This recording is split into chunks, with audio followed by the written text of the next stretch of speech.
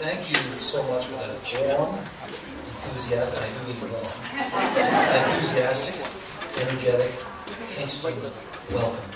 And I want to thank Terry for her lovely introduction, for being my partner and my soulmate for almost 31 years now. Although we dated for 7 years before that as well. And, you know, we were high school sweethearts, and politics was never in the cards. I was always going to be a doctor. And I was going to have a family practice, and it would be just a few blocks from our own house. And we'd lead quiet, regular, predictable lives. And instead, here we are. And she's still stuck with me, so I'm very, very grateful for that.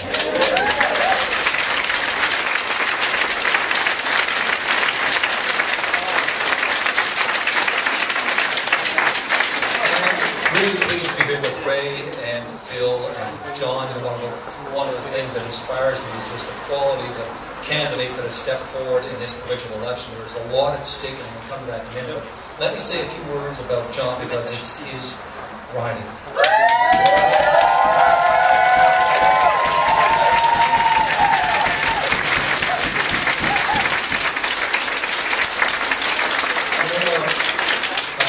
John is one of the things, there's a lot of things that impressed me about John, but it's that he's always remained very youthful in his outlook. He's maintained this energetic idealism that continues to inspire him and inform his thinking and inspire his actions. And I've been very, very proud to have him in our caucus and in our cabinet. He's always brought a new way to think about some pressing kind of challenges.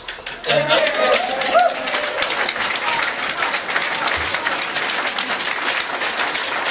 of course, he's got all kinds of energy, all kinds of integrity. He's got 30 years of fabulous public service in his community, and it shows in the results he's got here. Whether you're talking about the investments we made at the college or at the university, I think we're opening up a new medical school, John, there.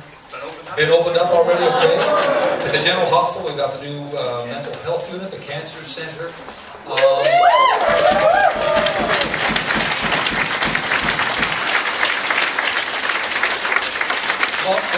John has worked on hardest of late, and again he found success at the end of the day, was the new Providence Care Hospital. Congratulations to you.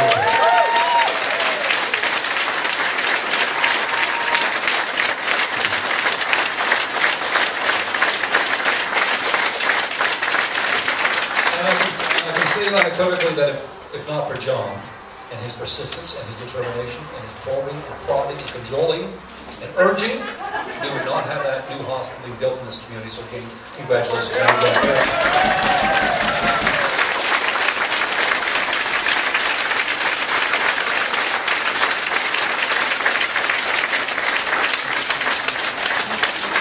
There's a lot at stake in this election, and people want Terry to have a very important decision to make.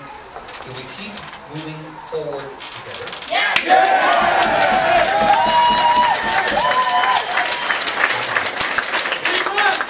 You know, if you people keep that up, we're going to be in this room for the next 4 years. Or do we turn backwards? Do we stay on track? Do we stay on track? Yes! Do we go off track? No! Alright, okay. You don't even need a speaker here. You're already jazzed up. You know, the great news is that we've got such a strong foundation of progress that we've been building on together for the last 8 years. Take a look at what we've done in our schools. Smaller classes, private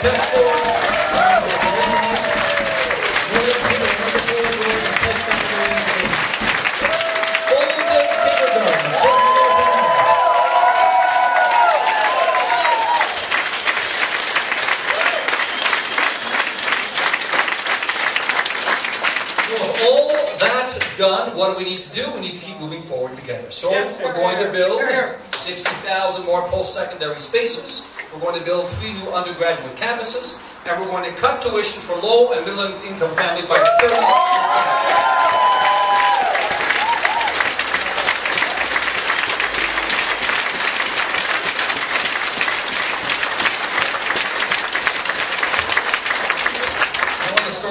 tell is that my grandmother was married at the age of 16. She married a man who was 42, and they both had their grade 8 education. I'm standing before you today as Premier of the greatest province in the best country in the world because of great publicly funded education.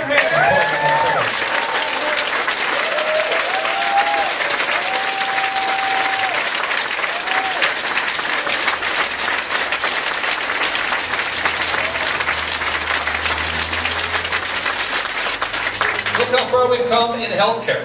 Right? We've got 94% of Ontarians now have a family doctor. We used to have the longest, and now we have the shortest surgical wait times in the country.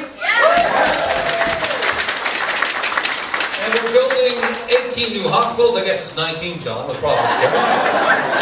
So now, with that foundation of success and progress, what do we need to do? We need to keep moving forward together, right?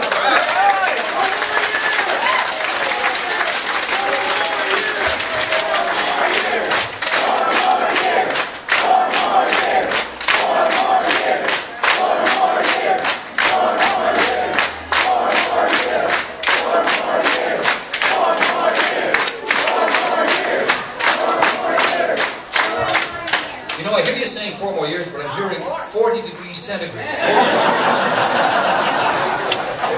might be there right now. So what are we going to do when it comes to moving forward in public health care and Medicare here in Ontario? We're going to dramatically reform health care so it better meets the needs of our seniors who keep telling us, I want to stay in my home for as long as I possibly can. So we're going to bring back post calls. We're going to provide more home care.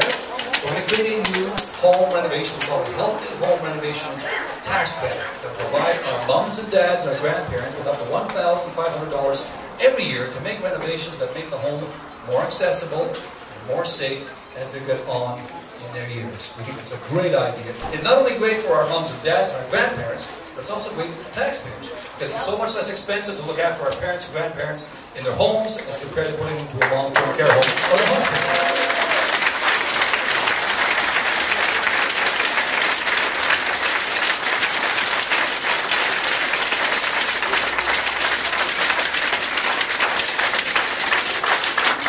And then, the last point I'll make has to do with the economy. Look how far we have come when it comes to building a strong economy. Yeah, we were hit hard by the recession. The whole world was hit hard by the recession. But since January, Ontario, with 40% of the Canadian population, has created 53% of Canada's full-time jobs.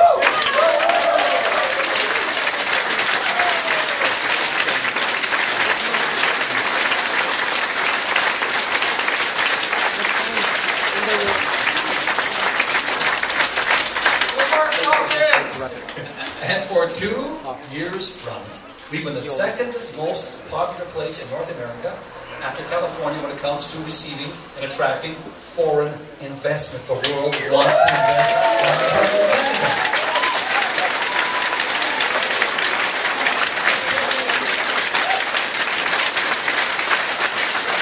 And together, you and I have kickstarted an exciting, clean energy sector in the province of Ontario.